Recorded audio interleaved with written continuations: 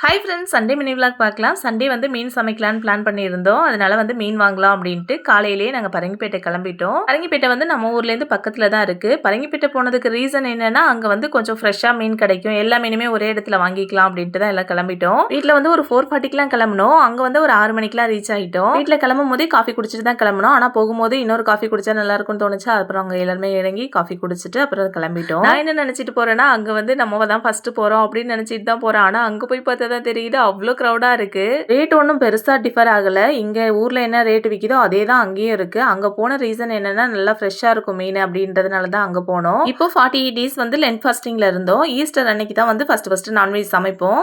Last year வந்து chicken சமைச்சிருந்தோம். அது என்னவோ தெரியல, அவ்வளோ நாள் நம்ம சாப்பிடாம இருந்ததுனால அன்னைக்கு சாப்பிட்டது ஒரு மாதிரி பிடிக்காத மாதிரி இருந்துச்சா, சரி இப்போ வந்து எங்களுக்கு மீன் தான் சாப்பிடணும்னு தோணுச்சு.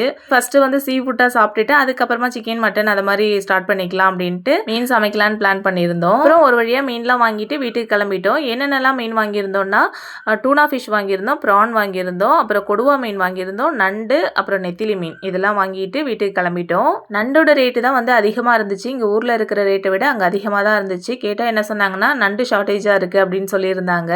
வீக்கெண்டுன்றதுனால விலை ஜாஸ்தியாக இருக்கும், வீக் டேஸில் வந்தால் கொஞ்சம் கம்மியாக தான் இருக்கும் அப்படின்ற மாதிரி சொல்லியிருந்தாங்க. அப்புறம் நமக்கு காலையிலே எழுந்துட்டோமா, பசி வேற எடுத்துட்டு அப்புறம் வர வழியிலே சாப்பிட்டுட்டு வீட்டுக்கு வந்துட்டோம். வந்து மீன் எல்லாத்தையுமே க்ளீன் பண்ணி வச்சுட்டு சர்ச்சுக்கு கிளம்பிட்டோம். சர்ச்சுக்கு போயிட்டு ப்ரேயர்லாம் முடிச்சுட்டு 12:30 அது மாதிரி தான் வீட்டுக்கு வந்தோம். அதுக்கப்புறம் தான் சமைக்க ஸ்டார்ட் பண்ண லஞ்சு. அப்புறம் லஞ்சுக்கு என்னெல்லாம் பண்ணியிருந்தேன்னா, மீன் குழம்பு, ரசம், ஃபிஷ் ஃப்ரை பண்ணிட்டு நெத்திலி 65 பண்ணியிருந்தேன், நண்டு மசாலா, ப்ரான் தொக்கு.